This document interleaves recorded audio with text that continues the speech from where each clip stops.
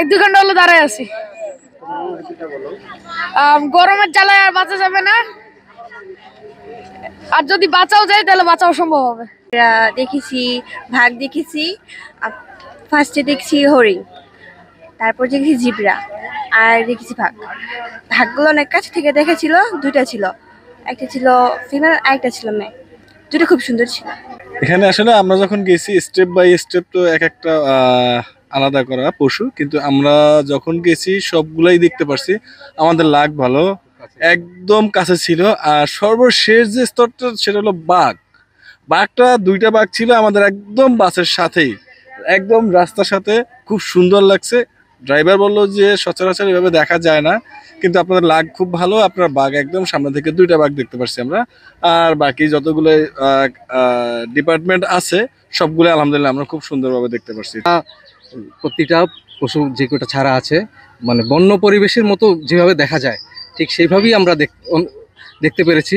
খুব সুন্দর, তারা সুন্দরভাবে ঘুরছিল, খাচ্ছিল এবং তারা তাদের মতো বিচরণ করছিল। আমরা গাড়ি দিয়ে যাচ্ছিলাম, তখন খুব সুন্দরভাবে দেখতে পেরেছি। মূলত 4টা জায়গা ছিল, তার মধ্যে আমরা বাঘ দেখেছি, বিভিন্ন প্রজাতির প্রাণী দেখেছি, বিশেষ করে চিত্রা হরিণ, জেব্রা, আরো অনেক ধরনের মানে আফ্রিকান গরু আর কি। তারপর আমরা শেষে সিংহ দেখেছি 3টা, 2টা মেল ছিল, একটা ফিমেল। তারপর অনুভূতি মোটামুটি আর কি 1-1.5 ঘন্টা আমরা সিরিয়ালে দাঁড়াইয়া তারপরে দেখলাম। অনুভূতি আসলে এশিয়া মহাদেশের মধ্যে সব থেকে বড় পার্ক। হ্যাঁ, আমার অনুভূতি ভালোই লাগতেছে। প্রথম আসছি, একটু দাঁড়িয়ে থাকলেও মানে ভালো লাগতেছে আমার যতটুকু মনে হচ্ছে গাড়ির সংখ্যা খুবই কম, ঠিক আছে। কারণ গাড়ির সংখ্যা যদি কম না থাকতো তাহলে এত ভোগান্তি হয় না।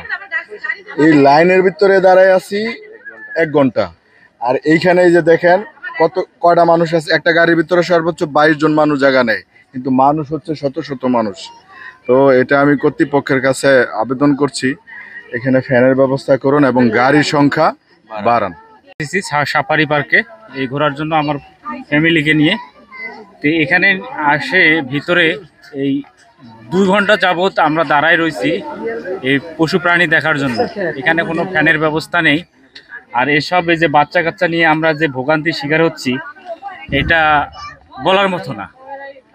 আসলে এখানে গাড়ির সংখ্যা কম, এরা কর্তৃপক্ষ দৃষ্টি আকর্ষণ করছি, এই যে গাড়িগুলো বাড়ায় দিলে আমাদের এই ভোগান্তিটা বাচ্চা কাচ্চাদের নিয়ে আমাদের কষ্ট খুব কম হবে। আমরা নারায়ণগঞ্জ থেকে আসছি। অনুভূতি মোটামুটি আর কি 1-1.5 ঘন্টা আমরা সিরিয়ালে দাঁড়াইয়া তারপরে দেখলাম, কিন্তু ওইরকম আর কি দেখার মতো কিছু নাই। বাঘ দেখাইছে 1-2টা, তারপরে তাও আর কি পুরোপুরি দেখতে পারি নাই। এখানে আমি, আমার হাজবেন্ড আর এই যে আমার বাচ্চা। আপনারা জানেন কোর্ট সাফারির অংশটা বেশ কয়েকদিন যাবত আমাদের সংস্কার কাজের জন্য বন্ধ ছিল। পরবর্তীতে এখন ঈদুল আজহা উপলক্ষে আমরা সংস্কার করা হয়েছে এবং ঈদের দিন এবং তারপরের দিন থেকে আস্তে আস্তে করে আজকে বেলা বাড়ার সঙ্গে সঙ্গে আমাদের দর্শনার্থীদের সংখ্যা বৃদ্ধি পেয়েছে এবং দর্শনার্থীরা অত্যন্ত প্রাণীগুলো দেখতে পাচ্ছে।